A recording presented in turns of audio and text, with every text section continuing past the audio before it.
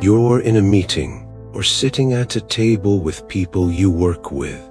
Someone finishes a thought. There's a pause. You speak next. Your voice is steady. Your sentence is clear. But before it settles, the conversation moves. Another person picks up the same idea, says it louder, with more certainty. Heads turn. The room shifts. You don't interrupt. You don't step back in. You stay quiet. You tell yourself it's fine. A few minutes later, you notice you're speaking less, not because you have nothing to say, but because you're adjusting. You soften your tone. You shorten your sentences. You stopped holding the floor. Nothing was taken from you directly. You gave it up without marking the moment. By the end of the conversation, you're still calm, but you're standing slightly behind where you were before. This is how position is lost quietly, not through conflict, not through disrespect, but through calm being mistaken for availability. And this is the point where a Stoic lens first matters, not to explain people, but to see how calm, without in a position, allows respect to erode, without being noticed. You are listening to in a Stoic, a space for quiet clarity, and in a steadiness, not to push, not to fix, but to see more clearly what is already happening inside. And what is happening for many calm people is not peace, it is subtle displacement. There is a man, we will call him Michael. Michael works in a mid-sized American company, open plan office, constant notifications, endless meetings. Michael does not rush. He listens carefully. He rarely interrupts. He is liked, respected, trusted, at least on the surface. But over time, his calm becomes a place others rest on. His ideas are reused. His time is assumed. His availability is taken for granted. Nothing overtly disrespectful happens, yet Michael feels himself shrinking, not outwardly, but inwardly. He tells himself, this is what professionalism looks like. Stay calm, stay agreeable, but inside, he is still negotiating his own ground, still adjusting, still yielding. His calm is real, but it is uncontained. And because it is uncontained, it leaks, not emotionally, but energetically.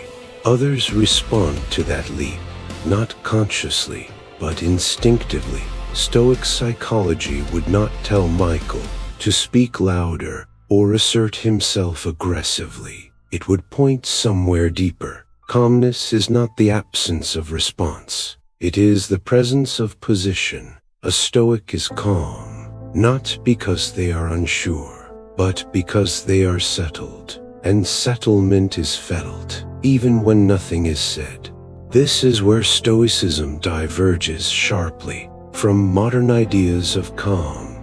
Modern calm often aims to reduce discomfort, to smooth tension, to keep things pleasant. Stoic calm is different. It is not about feeling better. It is about not being displaced. One seeks ease, the other seeks steadiness. A calm Stoic does not soften to be accepted.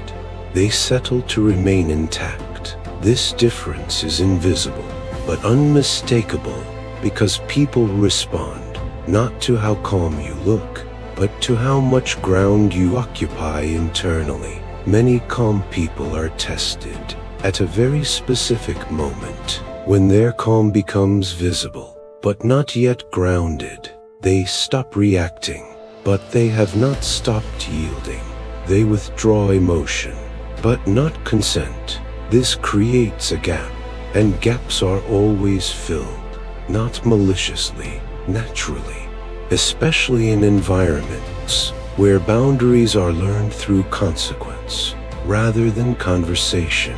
When nothing shifts internally, nothing shifts externally. and pressure continues. This is why calm people often feel confused. They did everything right. They stayed respectful.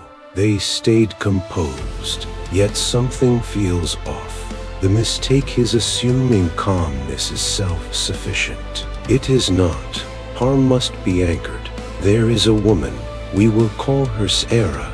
Sarah works in healthcare. Long shifts. Constant emotional exposure. She is steady, reliable, kind. Her calm reassures others. Patients trust her. Colleagues lean on her. But inside, she is slowly giving ground. Not because she chooses to, but because she never claimed it. Her calm absorbs. Instead of containing, she listens, holds, carries, until one day she feels empty, not from the work itself, but from invisible agreement. Stoicism would not tell Sarah to harden or pull away emotionally. It would ask her something quieter. Where are you standing when you say nothing?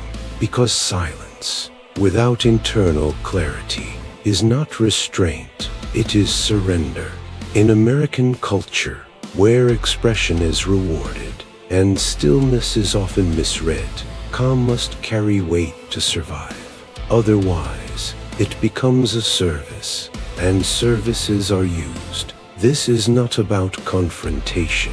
It is not about announcing boundaries or correcting behavior. Those are surface responses. Stoic calm works deeper. It begins with withdrawal of unnecessary availability, not physical withdrawal, internal. The moment you stop filling silence, the moment you stop absorbing tone, the moment you stop compensating, your calm changes texture. It becomes dense, not heavy, firm. This firmness is felt. Even without explanation, people adjust without knowing why, because something in you no longer moves. This is the Stoic shift, not action, not reaction, but refusal to be displaced internally. Calm people are tested the most before they become grounded. During the transition, when calm is visible but not yet settled, this phase is uncomfortable. Pressure increases, misunderstanding grows, and the temptation is strong to explain, to justify, to soften again, to offer reassurance. This resets the cycle. Stoicism teaches patience here, not passive patience, stable patience. You do not correct every moment. You do not clarify every misreading. You simply stop giving calm away. When calm is no longer offered as reassurance or availability, it becomes presence. Presence does not invite testing.